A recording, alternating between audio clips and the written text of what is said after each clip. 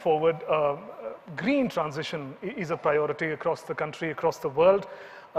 We've seen initial inlay for green hydrogen development, ma'am. We see electric vehicles around us. They're not very affordable as yet, though, for many, but the numbers are increasing.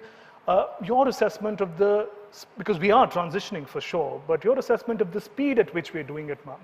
Are you satisfied with it and the provisions that the budget makes to give it more acceleration? Not just on hydrogen. Not just on hydrogen, of course. On EV and batteries also. Much more than I assess what we do in terms of green transition. World over, there is an appreciation at the pace at which India is spending time, resources, policy making, all for enabling the green transition. Look at the speed with which, and from our side, I think as a consumer we'll recognize, when per unit was available in solar power at 14 rupees, not very long time ago. Today it's come down to 2 rupees and something. That transition couldn't have happened unless enough ecosystem was developed, enough generation was happening, equipments were available, manufacturing for setting up solar or wind energy units. These were all facilitated in the last few years, and thereby the price of solar energy has come down.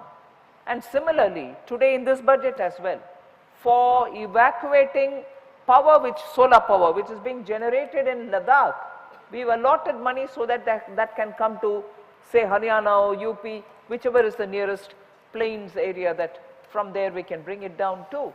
So government is moving very fast in setting up infrastructure which is required once the generation happens of solar or wind or nuclear, or now with hydrogen and green ammonia. The way in which that industry is, much before it is ready to give us the supply, we are ready to receive it with the necessary infrastructure. That's the pace at which Government of India, because we need to fulfill our commitments. And also all of us are seeing the impact of climate change.